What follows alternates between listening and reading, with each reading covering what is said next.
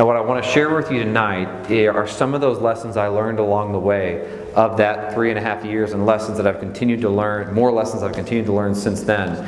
Lessons that from then, being depressed, not having any money coming in, having to borrow money from my father-in-law just so that we could pay our rent, and fast forwarding that from there to a life today that I live on my terms, that in the past 3 months I spent 2 weeks in Thailand, motorcycling the mountains of Thailand.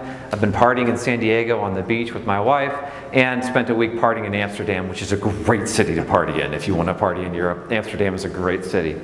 I have a business now that affords me the luxury to be able to travel when I want, where I want, buy the things that I want, and I'm not restricted by a lot of things I was restricted by growing up. But what I've learned, I read this quote a long time ago, and it said that a goal without a date is just a dream. A goal without a date is just a dream. So if we reverse engineer that, then a dream with a date is just a goal. A dream with a date is just a goal. And that stuck with me early on, because I was like, well, if I've got these dreams, I've just got to set some dates to them. And what I did early on is I set, okay, here's what I want to do, here's how much I want to make, here's how much I want to sell, here's what I'm going to do. And I set these dates to these dreams, and they were goals, and then all of a sudden those goals weren't hitting, and I wasn't hitting them. And so I started talking to a bunch of other people and started doing a bunch of reading. And one of the topics that I came on, which is the first lesson I'm going to share tonight, is I started to learn how our bodies are actually programmed to give us literally, quite literally, what we want. And they're programmed. There's this thing in our brain called the reticular activation system, RAS, R-A-S, reticular activation system. And the reticular activation system is actually a piece of hardware. It's in your brain. It sits near the pituitary gland, and it regulates conscious thought to unconscious thought. Okay? It regulates what happens subconsciously and filters out to what gets pushed up to your conscious thought. All right, so here's how it works. How many of you in here want to someday own a sports car? You can raise your hand. It's okay. What kind of sports car? Corvette. Corvette. You like Corvette? All right, what else? What other kind of sports car? Lamborghini. All right, what other kind of sports cars? Any other? No one else? Okay, Paul, come on. MGB. All right, so we have sports cars that we'd like to own, right? So the reticular activation system, I want to someday own a Porsche 911 Turbo. Gunmetal silver, Porsche 911 Turbo, that's what I want to own. It is amazing to me how I can be sitting at a Starbucks, engaged in a conversation, and a Porsche 911 Turbo drives by and my neck about breaks looking at it. And I always see it. And if I'm driving down the highway at 60 miles an hour, I'm driving down the highway and I see a Porsche. It could be this small little glimpse getting off Doherty Ferry and going back, and I will see that Porsche. And I don't know how I see it, but I see that Porsche. How often do you see Corvettes on the road? All the time. How often do you see MGBs on the road? All the time. That's the reticular activation system. It's something that we want, and that reticular activation, your subconscious sees everything. It's just deciding what to pop up into your brain throughout the day, right? What's interesting though is that it doesn't know, right? You've got to train it. You have to train it what to look for. And if you train it right, it will pop up different opportunities. And that's the first lesson from a goal planning standpoint, which is why a dream with a date is just a goal. We have to start training. So I write down my goals now, and I read my goals every morning when I get up. And my brain is trained to look for those opportunities to achieve those goals.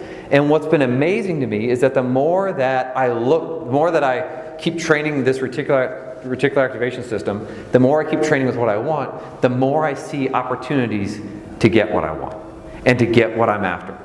And what I found is that the most people that I talk to them, and I talk to a lot of entrepreneurs. I get a lot of phone calls from entrepreneurs. And they go, Brandon, I'm just really struggling. I'm just really, really, really struggling. I'm like, okay, well, tell me what's going on. Well, I can't get my business. I can't generate what I want. Well, let's talk about that. What do you got to do? Well, I got to get the business to get this much in revenue. Okay, well, how are you going to get that? Well, I don't know. I'm just trying to sell anything I can. And I say, all right, let's back up. If you can set a few specific milestones of what it's going to take to hit that revenue goal, either how many clients at X amount, what types of clients, if you can break it down a little bit, suddenly your brain is going to see opportunities to give you what you want. because you see it, your subconscious sees it all day long. It's just going to push up in your conscious mind and say, hey, this is an opportunity. This is an opportunity of something that you should go after. This is something you should offer. And I see it happen with my clients all the time. I had a client just a few weeks ago. My business partner and I met. And we were talking, and he goes, you know, Brandon, we're probably going to need to get another website started sometime in like late August time frame. So if you can just start seeing opportunity, if you can look for a website in late August sometime, that'd be great. So suddenly I'm talking to clients, and a client mentioned something they're doing. I'm like, hey, you know what? It's probably about time we rebuild the website. What do you think? And they go, yeah, it probably is about time. It's been a few years since we've had it out. It probably is about time to go for it. And it's like, oh, yeah, it is. It's that easy. It's amazing how if you just train the brain, it sees the opportunities, and then you can decide whether you want to take that opportunity or not. So that's the first lesson. Reticular activation system. Keep telling the mind what it is you want, and it's amazing how it's going to give it to you. Benjamin Franklin used to give himself a logic problem every night he went to bed. And he'd give himself logic problems because the reticular activation system is also what regulates your sleep. It's also what drives your dreams, all right? Because it can't tell reality versus non-reality. It just sees everything. So Benjamin Franklin, before he'd go to bed, would give himself a logic problem, something he's trying to figure out for an invention. And if he woke up and he didn't have the answer, he'd stick with it, and he'd say the logic problem again the night before he went to bed. And what I read about it was that he would often wake up in the middle of the night with, oh, I got it. And how many times have you thought about something, I got to figure out the solution, and then suddenly you're out running and you see something, it's like, oh, that's it. Or you're in I'm in the shower. For some reason all my bright ideas come in the shower. So I'm just sitting there and I'm not thinking, and all of a sudden, boom, that's where the idea comes from. But we got to train our brain, we got to give it what we want. So first thing, reticular activation system. Second thing I want to give you is a part of training that reticular activation system. I'm going to hand out some note cards here. We're going to play a little exercise here and see how it works. So if you can take some, pass around. Chris is going to hand some out, and then Katie's going to hand out some pencils.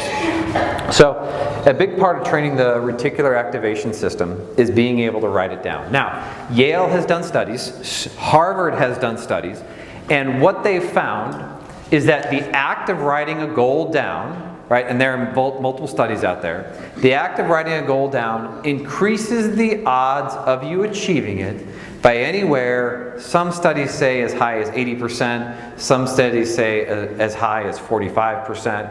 So you know how statistics are, it's whatever you want to make them. So we'll just say 45 to 80. Either way, the research shows that if you write the goal down, there's a uniquely better chance that you're going to achieve that goal, anywhere from 45 to 80%. Okay. So we know that if we write just the act of writing the goal down gives us a better chance of accomplishing it. And that's because we can see it and the brain can better visualize it. So if you've got that index card, what I'd like you to do right now is just draw a box in the middle of it and draw a rectangle. And not a little one, but a kind of a rectangle that's maybe a couple inches by an inch deep. A couple inches long across the top by an inch deep in the middle. Just draw a rectangle in the middle of it. If you don't have a pen, can we get some more pencils up here? I don't think we got everybody with pencils. So what I want you to do is just write down 3 to 5 things around the edge of that box. Outside the box, 3 to 5 things around the edge of that box that it would be really cool someday if you were able to accomplish.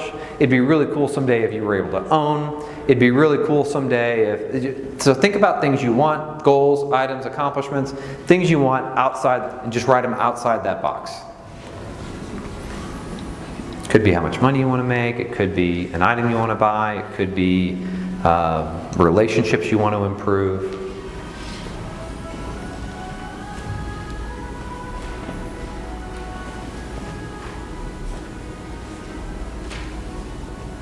I do this exercise with Adrienne. We do this exercise and she will attest to it. Yes, sir? Do you outline this in the book? Yes, this exercise there's a version of this exercise in the book. Yes, it is. It gets a little bit more in depth than what we're doing today because I'm making sure to get it quick. But yeah, this is outlined in the book. So we do this exercise every year and we talk about what are the things that we want.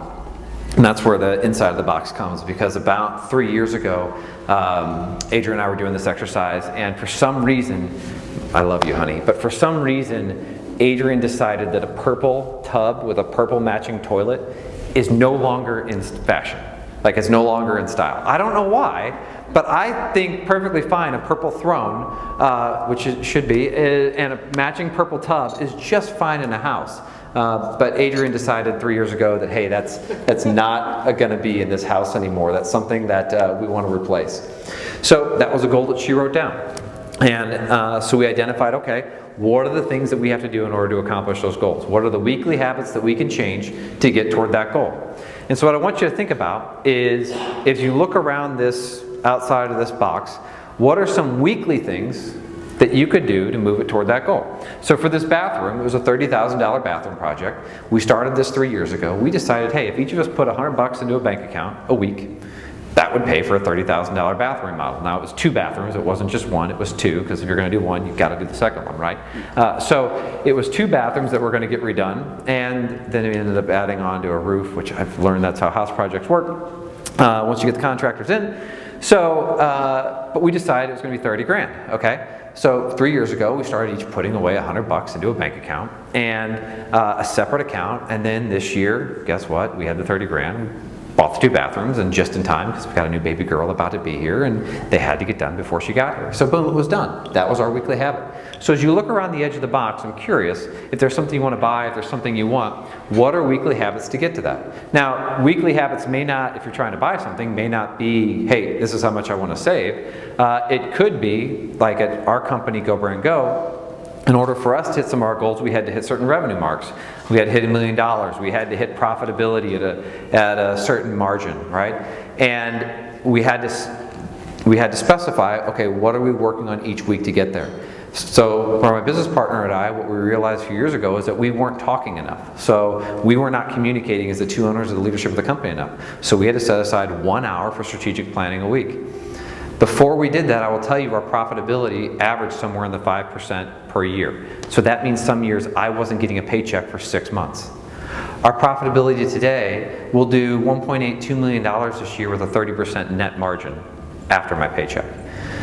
Profitability has changed a lot because of strategic planning, because of the time that we got allocated. So what I want you to think about in the box is, what can you control, what should happen weekly from a weekly habit standpoint. Just write 1 or 2 things inside that box.